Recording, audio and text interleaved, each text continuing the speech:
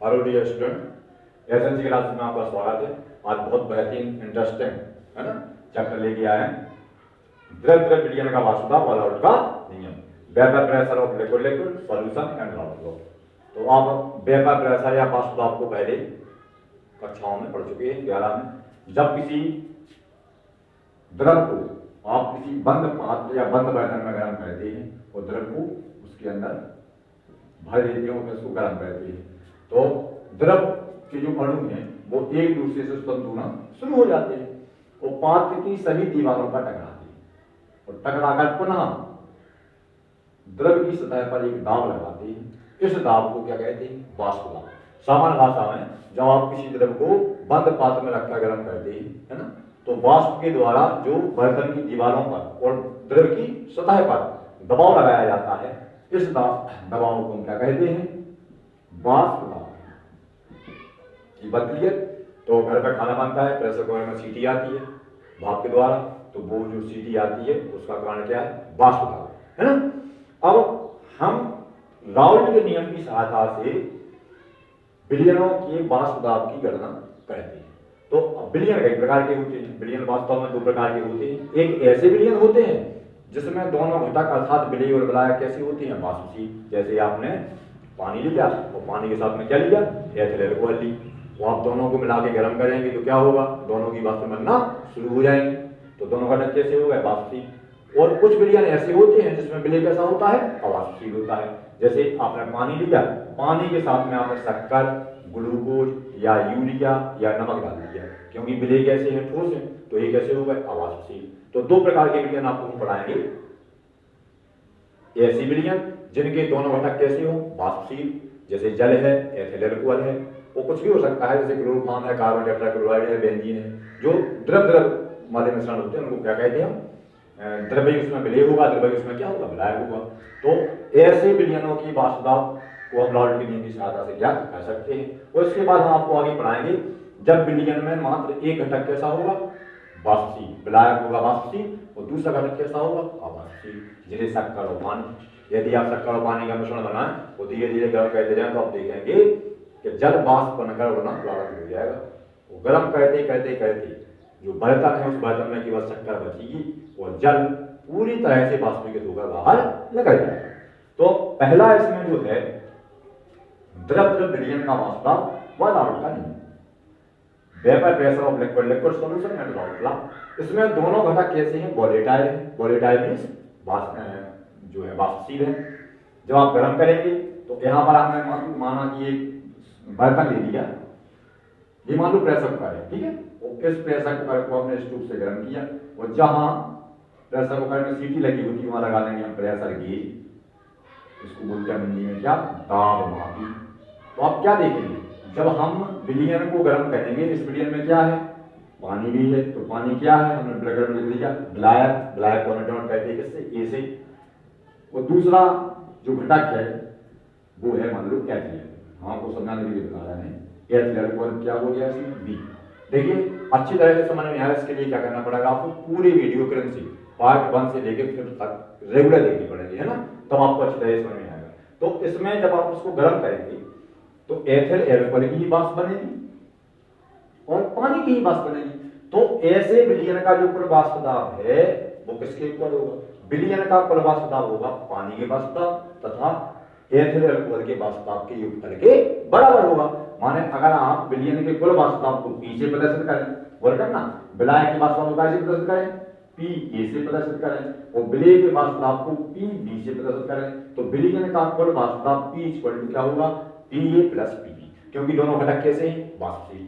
हम क्या कहते हैं इसके बाद? अलग अलग घटकों का वाष्प दाब ज्ञात करते हैं राउल्ट के नियम की सहायता से। राउल्ट ने प्रयोग किए और प्रयोगों के आधार पर पाया, जैसे एक विलयन है जिसमें दोनों घटक कैसे हैं? वाष्पशील, जल विलायक है, एथिल अल्कोहल क्या है? विलय है। तो राउल्ट ने प्रयोगों के आधार पर यह देखा कि जो विलयन का कुल वाष्प दाब है विलायक और विलय के वाष्प दाब के ऊपर के बराबर होता है। अब अगर हम अलग अलग घटकों के वाष्प दाब की बात करें तो जिस घटक की मात्रा ज्यादा होगी उस घटक का वाष्प दाब अधिक होगा। इसे आप समझ सकते हैं। आप दो प्रेशर कुकर लें, एक प्रेशर कुकर में आप 2 या 3 बूंद पानी डालें और बस उसको गर्म करें तो सीटी नहीं आएगी, है ना, क्योंकि पानी की मात्रा आपने कम ली है, विलायक की मात्रा आपने कम ली है। दूसरे प्रेशर कुकर में पानी आप 200 या 300 ml डाल लें या 500 ml डाल लें तो उसमें सीटी आएगी, माने उसमें प्रेशर लगेगा। तो जितनी ज़्यादा वाष्प होगी वेपर प्रेशर या वाष्प दाब भी उतना ही ज़्यादा होगा। तो प्रयोगों के आधार पर राउट ने पाया है कि जिस घटक की मात्रा विलयन में ज़्यादा होती है उसकी वाष्प जो है उसका वाष्प दाब अधिक होता है। तो यदि अलग अलग घटकों का वाष्प दाब निकालें, माना कि विलायक का वाष्प दाब निकालें, आप ऐसे विलयन में विलायक का वाष्प दाब निकाल रहे हैं हम, विलायक का वाष्प दाब। तो विलायक के वाष्प दाब को कैसे प्रदर्शित करते हैं, अभी बताया था हमने, पीए। तो राउट ने बताया कि विलायक का वाष्प दाब विलायक के मूल प्रभाज के समानुपाती होता है। इसका मतलब ये हुआ कि यदि विलायक की मात्रा ज्यादा है, पानी की मात्रा ज्यादा है, तो पानी का वाष्प दाब भी अधिक होगा। क्लियर सी बात है ना। अब पीए समानुपाती आ गया है एक्स से, तो आपको मालूम है जब हम इक्वल करते हैं तो पीए इक्वल टू आ जाता है के एक्स से, जहां के पर के क्या है, एक नियतांक है, के इक्वल टू एक स्थिरांक या नियतांक। ठीक है। अब ये पीए क्या हो गया, पीए हो गया विलायक का वाष्प दाब। कैसे विलायक का वाष्प दाब, जिस विलायक में साथ में एथिल अल्कोहल है। यहाँ पर एक बात आपको ध्यान देनी है, पीए उस विलायक का वाष्प दाब है जिसके साथ में एथिल अल्कोहल घुली हुई है। अब यदि हम ऐसा करें कि जितना आपने एथिल अल्कोहल ली थी, एथिल अल्कोहल को अलग कर लें, जल को अलग कर लें। देखो अब दो पात्र बन जाएंगे, आपके दो बर्तन बन जाएंगे। एक बर्तन में हमने प्रेशर गेज लगा दिया, इस बर्तन में क्या है, केवल जल है। ठीक है, ये प्रेशर गेज लगा है। दूसरा बर्तन ले लिया हमने, दूसरे बर्तन में क्या है, केवल एथिल अल्कोहल है। क्या हो गया इसमें, एथिल अल्कोहल। तो ये हो गया घटक बी, इसमें हमने एथिल अल्कोहल। अब अगर आप वेपर प्रेशर निकालेंगे तो हम इस वाष्प दाब को, जल के वाष्प दाब को पीए लिखेंगे, इसको लिखेंगे आप पी डिग्री की। ये ऐसे जल का वाष्प दाब है, ऐसे विलायक का वाष्प दाब है जो प्योर शुद्ध है। कैसा विलायक है, ये शुद्ध है। तो ये कैसा विलेय है, जो शुद्ध है। इसका मतलब ये क्या है, ये अशुद्ध नहीं है। वास्तव में ये ऐसे विलायक का वाष्प दाब है जिसमें साथ में एथिल अल्कोहल घुली हुई है, माने ऐसे जल का वाष्प दाब है जिसमें एथिल अल्कोहल है ना। यहाँ पर वर्ग करें, ये शुद्ध जल का वाष्प दाब है और ये शुद्ध विलेय का वाष्प दाब है। तो शुद्ध विलेय के वाष्प दाब को प्रदर्शित करेंगे हम कैसे, पी डिग्री। ठीक है। तो समीकरण एक को कैसे समझ सकते हैं, तो समीकरण एक को इन्होंने किसके लिए लागू किया, समीकरण एक को शुद्ध विलायक के लिए लागू कर दें। किसके लिए लागू कर दें, शुद्ध विलायक के लिए। हमने आपको मूल प्रभाव में बताया था शुद्ध विलायक के लिए क्या होता है बेटा, एक्स की वैल्यू क्या होती है, शुद्ध विलायक के लिए एक्स की वैल्यू होगी 1। एक्स की वैल्यू कितनी होगी, 1। अर्थात अगर आप एक्स का मूल प्रभाव निकालेंगे, हम आपको पहले बताया था, कैसे बता देते हम, विलायक का मूल प्रभाव बराबर होता है विलायक के मूलों की संख्या बटा विलयन के कुल मूलों को। विलयन के कुल मूल कौन होते हैं, Na प्लस Nb, जहां Nb क्या है, विलेय के मूल। तो इस वाले में आप गौर करो, इस वाले में क्या विलेय है, नहीं है, इसमें अल्कोहल है, नहीं है, शुद्ध जल है ना।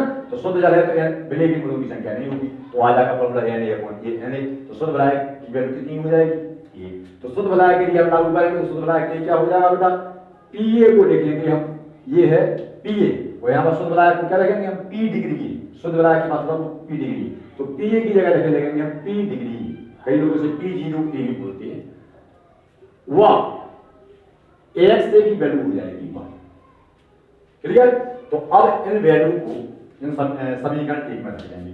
तो पीए की जगह क्या रख देंगे हम, समीकरण एक से। तो पीए जहां लिखा है वहां लग जाएगा पी डिग्री ए। ठीक है, जहां के लिखा है वहां लग जाएगा के, और जहां एक्स से लिखा है वहां लग जाएगा 1। तो ये हो जाएगा, है ना। के का 1 में इंटू करेंगे तो क्या फॉर्मूला बन जाएगा, के इक्वल टू पी डिग्री। ठीक है।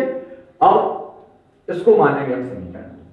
अब हम यहां पर लिख रहे हैं समीकरण 2 का मान समीकरण 2 व 1 से। आप गौर करो, ये है समीकरण 2, है ना, और ये है समीकरण 1। समीकरण 1 में और 2 में देखो, के की जगह आप पी डिग्री लिख सकते हैं, लिख सकते हैं नहीं, तो फॉर्मूला बन जाएगा पीए इक्वल टू के की जगह क्या लिख देंगे हम, पी डिग्री ए ऐसे। ये आपका सिद्ध हो गया। तो इसका मतलब हुआ कि पीए क्या है, फिर सुन लेना, यहीं पे गौर करना है। पीए ऐसे विलायक का वाष्प दाब है जो विलयन में घुला हुआ है, माने विलयन में उपस्थित है, माने ऐसा जल है जिसके साथ में एथिल अल्कोहल घुली हुई है। और पी डिग्री ये शुद्ध जल का वाष्प दाब है जिसमें इसमें एथिल अल्कोहल नहीं जुड़ी है। तो किसी घटक या विलायक का वाष्प दाब, शुद्ध विलायक की वाष्प दाब तथा शुद्ध विलायक के मूलवाच के गुणनफल के बराबर होता है। किसी भी विलयन में यदि आप विलायक का वाष्प दाब निकालेंगे, शुद्ध विलायक का वाष्प दाब तथा विलायक के मूलवाच के गुणनफल के बराबर आए। इसी प्रकार से आप सिद्ध कर सकते हैं किसका, विलेय का मूलवाच। ठीक है, तो अब यहाँ पर एक फॉर्मूला आपको ध्यान रखना है, पी की वैल्यू क्या होती है, पी डिग्री के एक्स से। उसी प्रकार से अगर एथिल अल्कोहल है, ये भी कैसा है, वाष्पशील, तो इसके लिए निकालेंगे तो इसके लिए वैल्यू निकालेंगे जैसी Pb equal to P degree B XB, है ना। तो दो समीकरण बन जाएंगे, ये हो जाएगा समीकरण एक, समीकरण दो। बच्चे बोलते सर ये कहाँ से आ गया, तो इसको हमने बुक वालों ने भी इसको प्रूव नहीं किया, सिद्ध नहीं किया। जैसा इसको सिद्ध किया था ऐसे आप इसको भी सिद्ध कर सकते हैं, अगर आप चाहें तो देखें, 1 मिनट लगेगा आपको।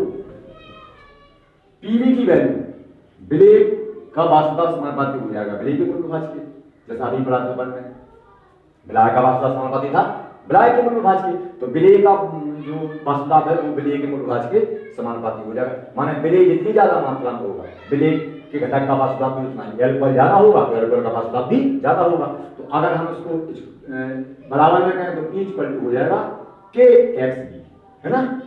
इसी को लेंगे समीकरण 1।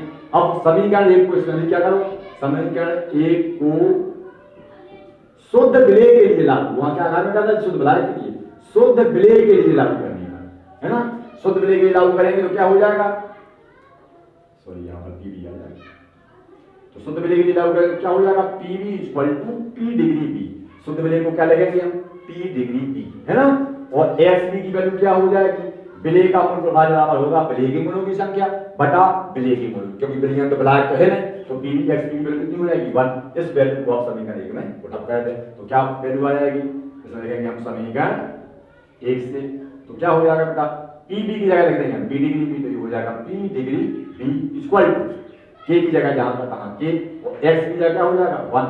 देखो वैसे निकल रहा है, तो क्या निकल आएगा formula, P degree B equal to K का मान हो जाएगा K equal to P degree B, उल्टा करके लिख दिया ताकि वैल्यू रखने में दिक्कत ना हो। समीकरण 2, अब देखो समीकरण 2 ये है और समीकरण 1 कहां है, ये वाला है ना।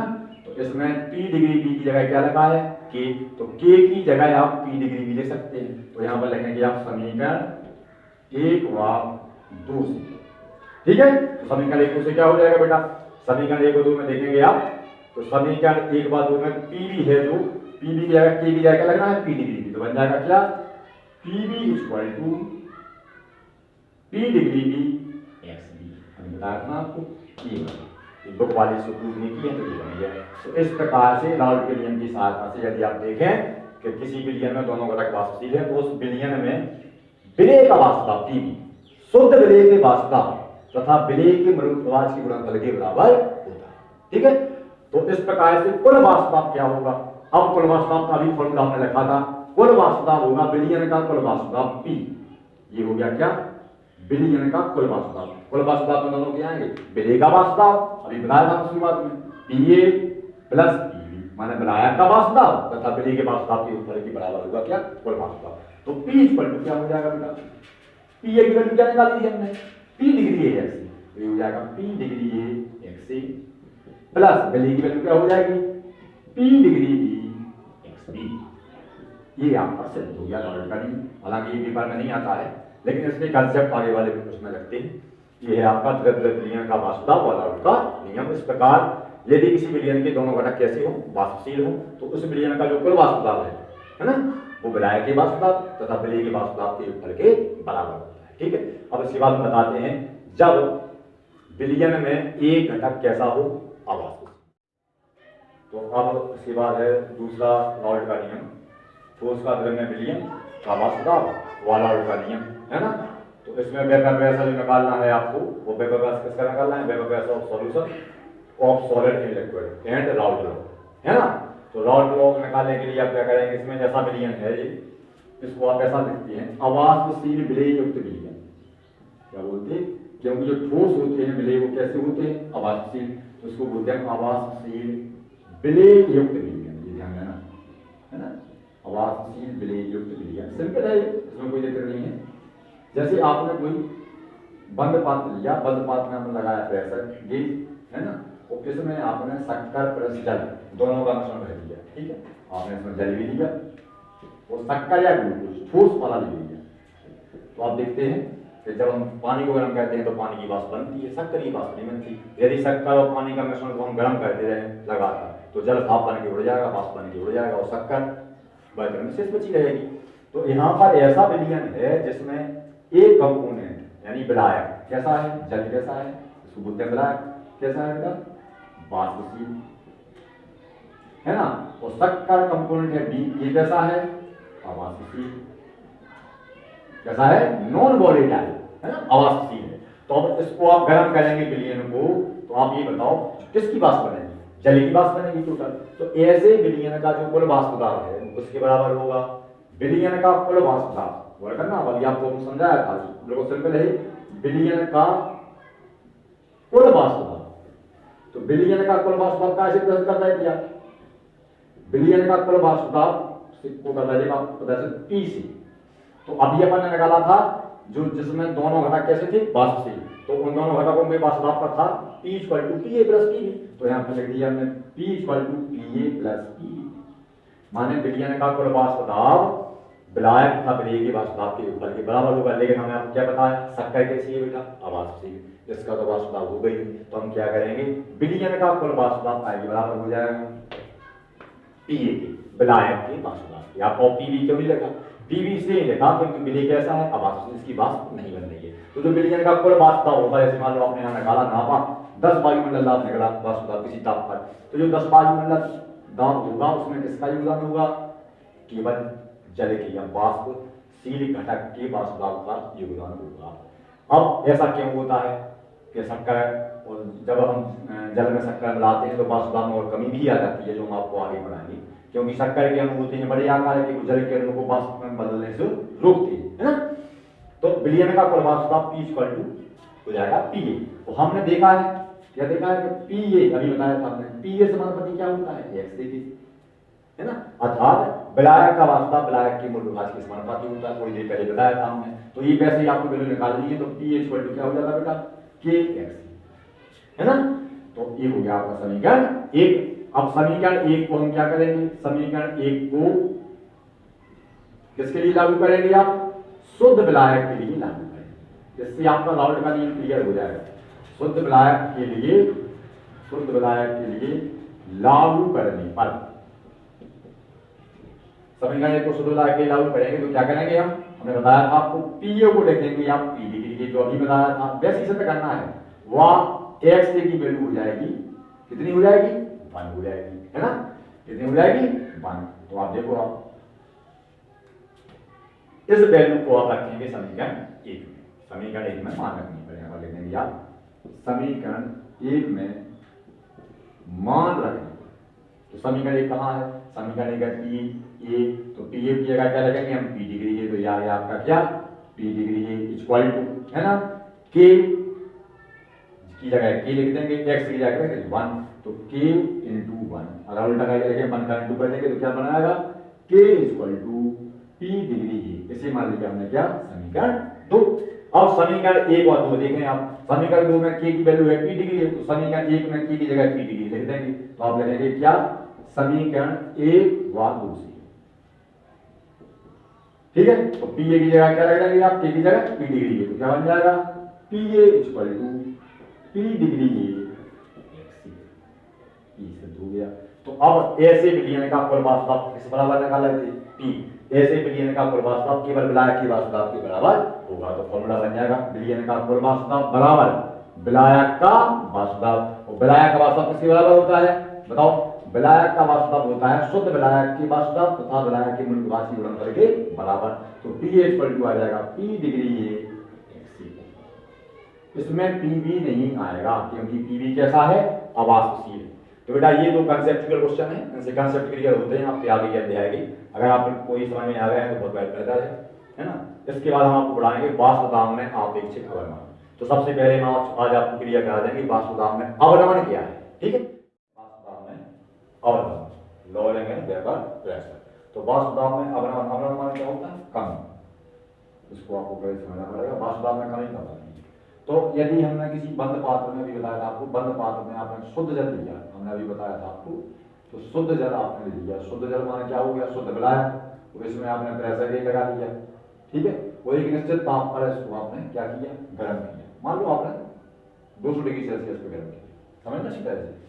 तो यहाँ पर जो बेका प्रेशर मान लो निकला कितना अपना, यहाँ पर प्रेशर निकला 15 ATM, 15 ATM, मतलब 15 वायुमंडल निकला बेका प्रेशर। इसी ताप पर यदि हम क्या करें, एक यही विलायक ले रहे हैं, इतनी ही मात्रा विलायक ही ले रहे हैं, उसमें क्या डाल रहे हैं, इसमें हम डाल दें अवाष्पशील विलेय, वर्ड है ना, समझ ना, अवाष्पशील विलेय जानते हैं आप, ठोस विलेय है ना, अवाष्पशील विलेय जैसे लाइक शुगर या शक्कर या आपने ग्लूकोज इसमें डाल दिया, तो हम जानते हैं कि शक्कर और ग्लूकोज कैसी है, अवाष्पशील है, अर्थात इसकी वाष्प नहीं बनने वाली, वो इसमें लगाया हमने प्रेशर गेज, तो जो 15 ATM वाष्प दाब आया था उतने ही ताप पे अगर हम उसको स्टोव से गर्म करें तो उतने ही तापमान पर इसका वाष्प दाब लगभग कम आएगा। हमने माना कि इसका वाष्प दाब कितना आया, 10 ATM आया, तो ये वाष्प दाब में कमी क्यों होगी क्वेश्चन है ना, वाष्प दाब में होने वाली है कमी कहलाती है वाष्प दाब में अवनमन, ये समझना जरूरी है ताकि आपको कंसेप्ट क्लियर हो जाए। तो वाष्प दाब में कमी का कारण क्या है, तो अवाष्पशील विलेय है, शुगर है इसमें, साथ में क्या है, जल भी है, तो जल को मानते हैं विलायक, अवाष्पशील विलेय को मान लिया हमने क्या बी, ये हो गया नॉन वोलेटाइल सॉल्यूट, ये हो गया वोलेटाइल सॉल्वेंट, दोनों को हम गर्म कर रहे हैं, तो यहाँ पर शुद्ध जल ज्यादा वाष्प बना रहा है, जबकि जल प्लस शक्कर का मिश्रण कम वाष्प बना रहा है। इसका कारण क्या है, तो इसका कारण ये होता है कि जैसे ही हम विलयन को गर्म करते हैं तो जल के अणु होते हैं छोटे आकार के, और जो अवाष्पशील विलेय होता है नॉन वोलेटाइल, उसके अणु होते हैं क्या होते हैं, बड़े आकार के, तो ये बड़े आकार के अणु क्या कहते हैं,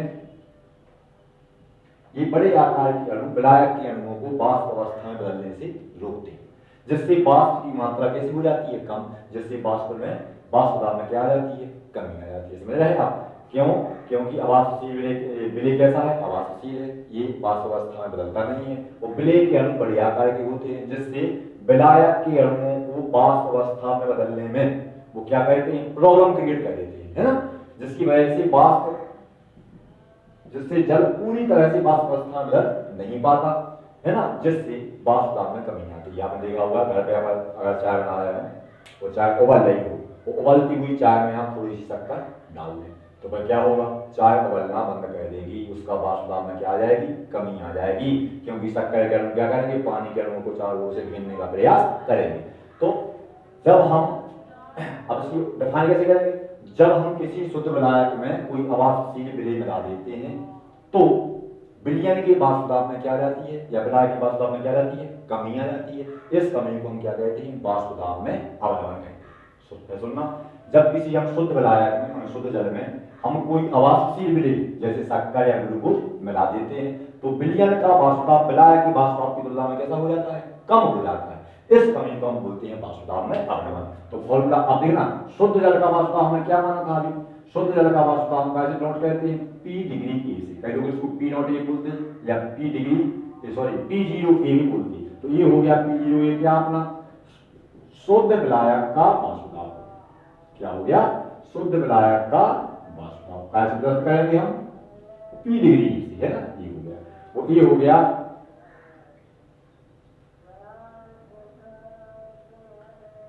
विलयन में उपस्थित विलायक का वाष्प दाब, विलयन में उपस्थित विलायक का वाष्प दाब, तो ये शुद्ध तो है ना, विलायक का वाष्प दाब, ये भी विलायक का वाष्प दाब है, वाष्प दाब तो विलायक का होगा, इस विलयन का कुल वाष्प दाब कह दो चाहे, वो चाहे विलायक का वाष्प दाब, क्योंकि इस विलयन का कुल वाष्प दाब विलायक के वाष्प दाब के बराबर होगा, क्योंकि विलेय कैसी है, कैसा है, अवाष्पशील है, हमने अभी आपको लिख के बताया था, P होता है Pa प्लस Pb, लेकिन यदि विलेय की वाष्प नहीं बन रही हो तो जैसे विलयन का कुल वाष्प दाब विलायक के वाष्प दाब के उत्तर के सॉरी इसी विलयन का कुल वाष्प दाब विलायक के वाष्प दाब के बराबर होता है, तो विलायक का वाष्प दाब क्या रखेंगे हम, P, अब यहाँ पर P डिग्री, तो ये P डिग्री ये शुद्ध विलायक का वाष्प दाब है, और फिर बता रहे हैं आपको, और ये Pa विलयन में उपस्थित विलायक का वाष्प दाब है, अर्थात ये जो विलायक है इसके साथ में क्या जुड़ी हुई है, शक्कर, तो इसका कितना निकला था अपना 15 ATM, इसका कितना निकला 10 ATM, तो हम क्या कहते हैं, जब वाष्प दाब में अवनमन निकालते हैं तो कैसे निकालेंगे आप, वाष्प दाब में अवनमन, वाष्प दाब में अवनमन, lowering in पर प्रेशर। तो बाष्प दाब में क्या होगा, हम ज्यादा में से कम घटाते हैं, तो 15 में से कितना घटेगा, 10 घटेगा। तो बाष्प दाब में कमी कितनी आई, 5 एटीएम की, या 5 वायुमंडल की कमी आई। इस 5 एटीएम कमी कम क्या होती है बाष्प दाब में अवनमन। तो उसका फॉर्मूला क्या बन जाएगा, 15 एटीएम है, इसको काय से प्लस करते हैं हम, पी डिग्री ए से, इसको काय से प्लस करते हैं पी ए से। तो फॉर्मूला क्या बन जाएगा, equal to P degree A minus P A. इस प्रकार से बाष्प दाब में अवनमन इसको बोलते हैं हम पी डिग्री ए माने शुद्ध विलायक की बाष्प दाब में से यदि हम विलयन के बाष्प दाब या ऐसे विलायक का बाष्प दाब जो विलयन में मिला हुआ वो कम कर दें, तो जो कमी आएगी उसे क्या कहेंगे, बाष्प दाब में अवनमन। इसके द्वारा हम आगे पढ़ेंगे लॉर्ड का नियम और बाष्प दाब में अपेक्षक अवनमन। ठीक है, तो बेटा अब हम बेहद इंपॉर्टेंट टॉपिक लेके आए हैं, बाष्प दाब में अपेक्षक अवनमन व लॉर्ड का नियम, है ना। लॉर्ड के नियम इस प्रकार से आपने कितने पढ़ लिए हैं, 3 पढ़ लिए हैं। एक तो आपने दोनों द्रवों के लिए पढ़ लिए हैं जिसमें दोनों घटक द्रवावस्था में हमारे वाष्पशील घटक हैं। दूसरा लॉर्ड का नियम पढ़ा है जिसमें ये घटक कैसा है, अवाष्पशील है। और ये वाला पढ़ रहे हैं बाष्प दाब में अपेक्षक अवनमन व लॉर्ड का नियम, है ना। ये बहुत ज्यादा इंपॉर्टेंट है, बाष्प दाब में यहाँ पर क्या है, अपेक्षक अवनमन व लॉर्ड का नियम। तो ये बहुत ज्यादा मुश्किल है, तो लड़ा के बोल रहे हैं आपसे, इसको आप इंपॉर्टेंट लिख लेना ध्यान से। तो बाष्प दाब में अपेक्षक अवनमन क्या है सबसे पहले तो अभी आप पढ़ रहे थे ऐसा विलयन जिसमें ये घटक कैसा है, अवाष्पशील है ना। तो अगर ऐसे जैसे मान लो हमने लिया, ऐसे देखें आप, ये विलयन ले लिया, इसमें जल है, जल के साथ क्या है, सुअर है, ठीक है। तो ऐसे विलयन का प्रभाव अगर आप निकालेंगे प्रेशर गेज लगा के, हमने भी बताया था आपको, तो ऐसे विलयन का बाष्प दाब हो जाएगा विलायक का बाष्प दाब धन विलेय का बाष्प दाब। लेकिन विलेय कैसा है, अवाष्पशील। सुअर कैसी है, यहाँ पर अवाष्पशील है। तो भाषा के रूप में लिखेंगे आप, अब यहाँ तो समय नहीं है हमें इतना, विलयन का बाष्प दाब काय के बराबर हो जाएगा, विलायक की बाष्प दाब की प्लस विलेय के बाष्प दाब की। ये कंडीशन कहाँ लगती थी, जब दोनों घटक कैसे होते थे, वाष्पशील। लेकिन इस विलयन में एक घटक है केवल वाष्पशील, कौन सा, जल। जल को क्या बोलते हैं, विलायक। सुअर को क्या बोलेंगे, विलेय। तो विलेय का बाष्प दाब इसमें नहीं आएगा, तो क्या हो जाएगा, विलयन का ऐसे विलयन का बाष्प दाब विलायक की बाष्प दाब के बराबर हो जाएगा। कौन सा विलयन, ऐसा विलयन जिसमें अवाष्पशील विलेय मिला है। अब लॉर्ड के नियम में बताया गया था कि विलायक का बाष्प दाब का समानुपाती होता है विलायक की मूल प्रभाव की, होता है। तो अब इतना है, तो विलयन का बाष्प दाब का बराबर हो गया, विलायक का बाष्प दाब समानुपाती विलायक का मूल प्रभाव से। हमने थोड़ी देर पहले भी आपको बताया था कि किसी विलायक का बाष्प दाब उसका ज्यादा होगा जिसका मूल प्रभाव ज्यादा होगा। यदि विलयन में पानी की मात्रा ज्यादा होगी तो विलयन का बाष्प दाब ज्यादा होगा। तो ऐसे विलायक का बाष्प दाब विलायक के मूल प्रभाव के समानुपाती होता है। तो विलायक का बाष्प दाब बराबर निकालेंगे तो क्या हो जाएगा, kx। वैसे प्रूव करना है जैसे अभी हमने किया था समीकरण 1। अब आप क्या करेंगे, समीकरण 1 को शुद्ध विलायक के लिए लागू करेंगे। इसके लिए लागू करेंगे, शुद्ध विलायक के लिए लागू करने पर, लागू करने पर। तो शुद्ध विलायक के लिए क्या करेंगे, हम बताया था शुद्ध विलायक को हम पी की जगह क्या लगते हैं, पी डिग्री ए, वहां x की वैल्यू क्या हो जाएगी, 1, क्योंकि शुद्ध विलायक में विलायक का मूल प्रभाव हो जाएगा विलायक के मूलों की संख्या बटा विलायक के मूलों की संख्या। इस वैल्यू को बटा कैसे हम पाएंगे, समीकरण 1 में। तो समीकरण 1 में मान रखने पर वैसे कर लेना जैसे अभी आपने किया है। बोध लॉर्ड के लिए हमें पूछे नहीं जाते, लेकिन ये वाला पूछ जाता है। मान रखने पर तो क्या हो जाएगा बेटा, पी ए की जगह पी डिग्री ए बराबर के की वैल्यू जहां कहां आ जाएगी, एक्स की वैल्यू रख देंगे कितनी, 1। तो फॉर्मूला बन जाएगा के इक्वल टू पी डिग्री ए। इसको बोलेंगे हम समीकरण 2, ठीक है। अब समीकरण 1 व 2 से हम क्या लिखेंगे, अब समीकरण 1 व 2 से ये वैल्यू हम अब यहां से लिखना शुरू कर रहे हैं। समीकरण 1 व 2 से आप करेंगे तो क्या है, समीकरण 2 में क्या लिखा है, p बराबर p डिग्री। समीकरण 1 में देखें आप, p a equal to k की जगह क्या लग जाएगा, p डिग्री a, तो बन जाएगा p डिग्री a x। चलो अब पहुंचते हैं मूल प्रभाव की परिभाषा पर। हमने मूल प्रभाव की इसको मान लेंगे हम समीकरण 3। हमने आपको बताया था कि किसी भी विलयन में कितने भी घटक हो, चाहे 2 घटक हो चाहे 3, सभी घटकों के मूल प्रभाव का योगफल हमेशा 1 होता है। हमने आपको मूल प्रभाव वाले में चैप्टर में बता दिया था, तो आप वहां पर देख सकते हैं वीडियो। तो हम जानते हैं कि क्योंकि हम मूल प्रभाव कितने निकालते हैं, एक हिस्सा में। जैसे मैंने बताया था आपको विलेय विलायक की जगह 70 निकाली जाए और किसी विलयन में 20% विलेय हो और 80% विलायक हो, तो टोटल जो बिलियन का प्रतिशत है वो कितना होगा 100। उसी प्रकार मूल्यवान निकालते हैं हम 1 में, तो हम जानते हैं कि एक्स से plus X B equal to 1। यहाँ पर एक्स रखा है तो हम एक्स की वैल्यू निकालेंगे, तो एक्स की वैल्यू क्या हो जाएगी, एक्स इक्वल टू आप पसंद करते हैं क्या हो जाएगा 1 माइनस एक्स बी, है ना। इस वैल्यू को आप समीकरण 3 में रख सकते हैं, एक्स की जगह रख देंगे हम 1 माइनस एक्स बी, तो ये हो गया समीकरण 4। तो यहाँ पर लिखेंगे हम क्या, समीकरण 3 व 4 से, समीकरण 3 व 4 से समीकरण 4 की वैल्यू रखें आपका P A equal to P degree A X की जगह रख देंगे हम into 1 minus X B, 1 minus X. ठीक है, अब हम क्या करेंगे, पी डिग्री ए आप इंटू करेंगे 1 में पहले, फिर करेंगे पी डिग्री ए का गुणा एक्स बी में, तो क्या बन जाएगा फॉर्मूला पी ए बराबर पी डिग्री का करेंगे 1 में, तो पी डिग्री ए माइनस आ जाएगा, फिर आ जाएगा P degree A x B. ठीक है, अब कितने का कह देंगे हम पक्षांतर साइड ले आएंगे, तो ये अभी क्या का है माइनस का, उसका क्या हो जाएगा प्लस, तो क्या बन जाएगा P A plus P degree A x B equal to P degree A. ठीक है, अब इसको पहला साइड ले जाएंगे तो क्या बन जाएगा, ये पी धन का है, साइड का क्या हो जाएगा ऋण का, तो बन जाएगा P degree A x B, इतना ऐसा रोक लिया हमने, इसका किया पक्षांतर बराबर पी डिग्री ए, वो ये साइड आएगा तो क्या हो जाएगा माइनस पी ए का, है ना। अब हमें निकालना क्या है एक्स बी इक्वल टू, तो एक्स बी इक्वल टू निकालेंगे तो पी डिग्री अपन में नीचे आ जाएगा, तो क्या बन जाएगा x B equal to P degree A, ठीक है, माइनस पी ए, तो पी डिग्री आ जाएगा अपॉन पी डिग्री ए। ये समीकरण बनाना है हम समीकरण 5।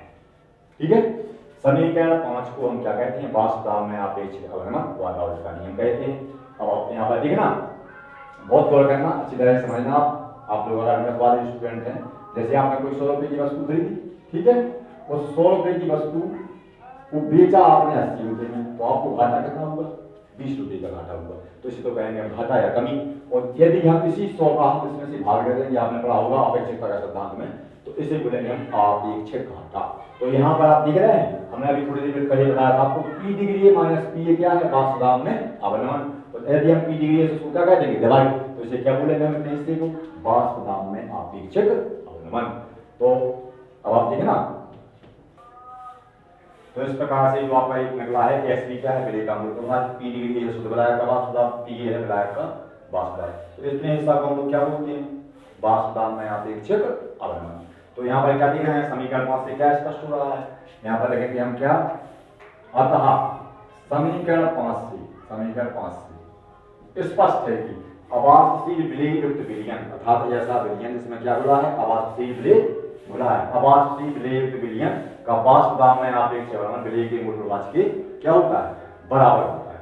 तो ये है एक्स बी विलेय का मूल प्रभाव, पी डिग्री माइनस पी अपन पी डिग्री क्या है, वास्तव में अपेक्षित अवनमन का बराबर है, विलेय के मूल प्रभाव के बराबर है। यहाँ पर आपको एक बात और ध्यान देना है कि जो पेपर में क्वेश्चन आता है वो यही क्वेश्चन बन के आता है, सिद्ध कीजिए कि, यहाँ पर लिखा आता है क्या, सिद्ध कीजिए कि, आप लिख लेना कॉपी पे।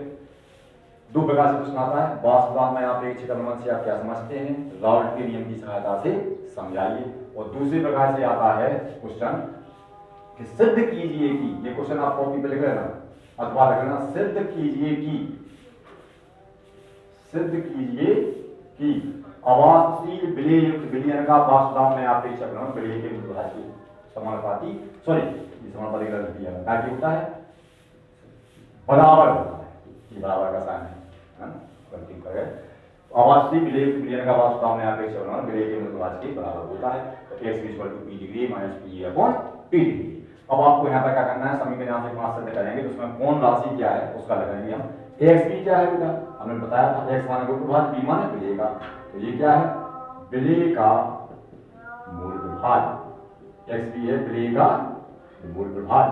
ठीक है, पी डिग्री क्या है, पी डिग्री इक्वल टू है शुद्ध विलायक का वास्तव, ये सब आप लोग जानते हैं, पहले दिखा दिया था हमने, शुद्ध विलायक का वास्तव माने शुद्ध पानी का वास्तव। और पी क्या है, पी है विलयन में उपस्थित विलायक का वास्तव, अर्थात ऐसा विलायक है जिसमें विलेय खुला हुआ है, तो इसको लिखेंगे हम क्या, विलयन में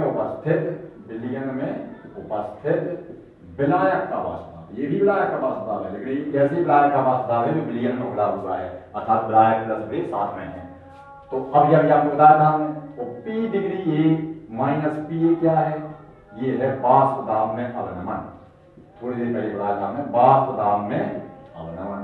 हमने बताया था आपको यदि इसको आप पी डिग्री ए से डिवाइड करें तो उसे क्या बोलेंगे बेटा आप बोलो, तो उसे बोलेंगे हम क्या, P degree A minus P A upon P degree A, उसे बोलेंगे हम वास्तुदाब में आपेक्षिक अवनमन। वास्तुदाब में आपेक्षिक अवनमन।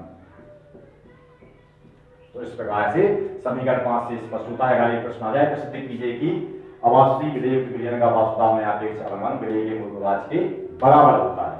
तो इस समीकरण 5 के नीचे आप लिख देंगे, तो समीकरण 5 से स्पष्ट होता है कि अवास्तविक विधेययुक्त विलयन का वास्तुदाब में आपेक्षिक अवनमन विधेय के मूलवाच के बराबर होता है। ये प्रश्न दो प्रकार से आता है, प्रश्न लेना वास्तुदाब में आपेक्षिक अवनमन तथा राउल्ट के नियम को समझाइए, या अकेला आ जाता है राउल्ट के नियम को समझाइए। तो अकेला राउल्ट का नियम आया तो आपको यही वाला लिखना है, और अथवा सिद्ध कीजिए कि अवास्तविक विधेययुक्त विलयन का वास्तुदाब में आपेक्षिक अवनमन विधेय के मूलवाच के बराबर होता है। हमने पूरा समझाने का प्रयास किया है, थोड़ा वीडियो लंबा हो गया इस वजह से, है ना। और आप लोगों से हम चाहते हैं कि अच्छी तरह से वीडियो को देखें, लाइक करें, सब्सक्राइब करें, है ना, और बेल आइकन को प्रेस करें, जिससे हम अगला वीडियो बनाएं तो आपके पास नोटिफिकेशन पहुंच जाए। और ये बेटा बहुत ज्यादा इंपॉर्टेंट है, एमपी बोर्ड के लिए तो हद से ज्यादा इंपॉर्टेंट है। 17-18 साल से हम लगभग पढ़ा रहे हैं, तब से सीख रहे हैं, एक या दो साल ही जाती है, तो ये हर बार आता है, या फिर इस पर बेस्ड कोई न्यूमेरिकल आ जाता है। तो न्यूमेरिकल तो हम चैप्टर के सोल्यूशन चैप्टर के तुरंत बात कराना शुरू कर देंगे।